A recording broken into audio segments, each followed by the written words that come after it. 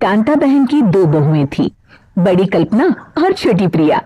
कल्पना का जैसा नाम वैसा ही काम। सारा दिन कल्पनाओं में रहती, ना कोई काम करती ना कोई धाम।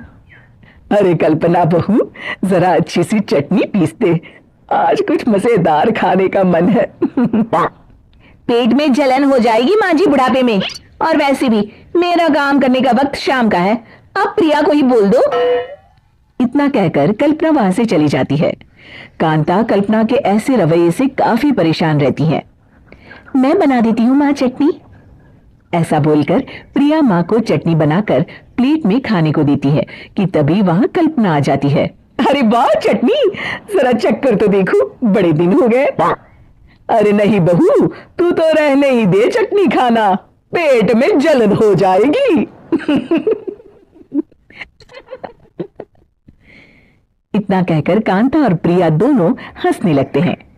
कल्पना सारा दिन या तो मोबाइल में यूट्यूब देखती या फिर सोती रहती। उसका कमरा भी बिखरा और गंदा रहता। एक दिन कल्पना का पति अशोक उससे कहता है, अरे कल्पना, जानवर भी उस जगह को साफ कर लेता है जहां वो बैठता है, तुम तो इंसान हो, कैसे इतने गंदे कमरे में रह लेती हो? देखो सारा सामान यहां वहां बिखरा पड़ा है। ज्यादा अपनी माँ का बोलना बोलो। हाँ, कमरा तुम्हारा भी तो है, गंदा लग रहा है तो साफ कर लो। पता नहीं तुम्हारे साथ मैं कैसे जिंदगी बिताऊंगा। इतना कहकर अशोक वहां से चला जाता है। कल्पना बस खाना खाने कमरे से बाहर आती और फिर से कमरे में चली जाती। इससे कांता बहन काफी परेशान रहती। एक दिन प्रिया कांता से कहती है, माँ, मैं सारा दिन काम करके थक जाती हूँ, आप कल्पना दीदी से कहिए ना कि सुबह और शाम का काम बांट ले, मैं तो अब सिर्फ एक वक्त का ही काम करूंगी। हाँ।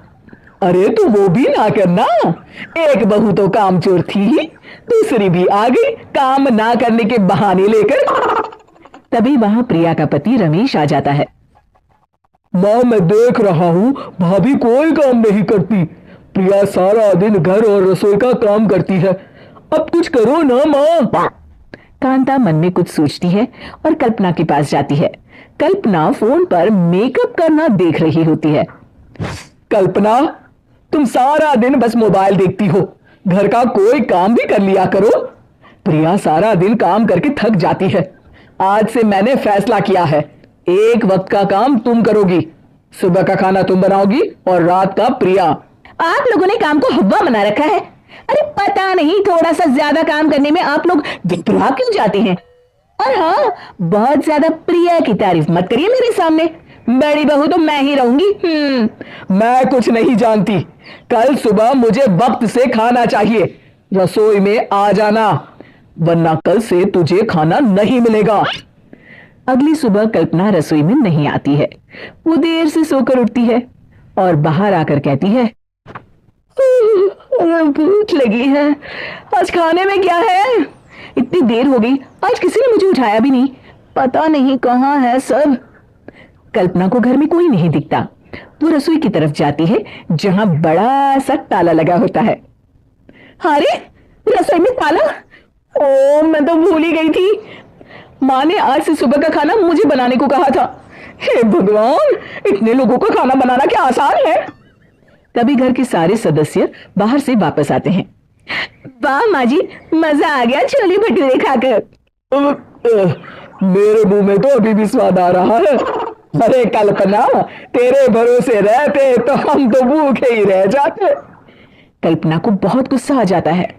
अब बहुत हो गया, आज से मैं अपनी रसोई अलग कर रही हूँ, मैं अपना खाना खुद बना लिया करूंगी। कल्पना अपनी रसोई अलग कर लेती है, पर आए दिन उसका देर से उठना और काम न करने की आदत से वो भूखी ही रह जाती थी। उसी के सामने घर के लोग अच्छे अच्छे पकवान खाते और कामचोर कल्पना को जैसे तैसे ही खाना बनाकर खाना पड़ता। पर एक दिन तो हद ही हो गई। माँ, दीदी आज सुबह से कमरे से बाहर नहीं निकली, हमें जाकर देखना चाहिए। सो रही होगी कामचोर कहीं की, पर तुम कहती हो तो चलो देख लेते हैं उसे। कल्पना कमरे में पेट पकड़कर बैठी होती है। अरे दीदी क्या हुआ, पेट में दर्द क्यों हो रहा है, डॉक्टर को दिखाया आपने? माँ, कल्पना खड़ी होती है और माँ जी के पास आती है। मुझे माफ कर दीजिए। अब से मैं सारे काम में मदद करूंगी, कभी आलस और काम चोरी नहीं करूंगी। हाँ हाँ, वो तो ठीक है, लेकिन अचानक क्या हो गया जो तू काम करने को तैयार हो गई? काम चोर कल्पना। माँ, लगातार बासी और उल्टा पुल्टा खाना खाने के कारण मेरे पेट में इन्फेक्शन हो गया है।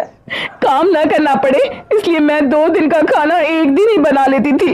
बासी और खराब खाना खाने के कारण देने के देने पड़ गए। पेट में दर्द हो रहा है। चलो अच्छा हुआ, देर आए दुरुस्त आए।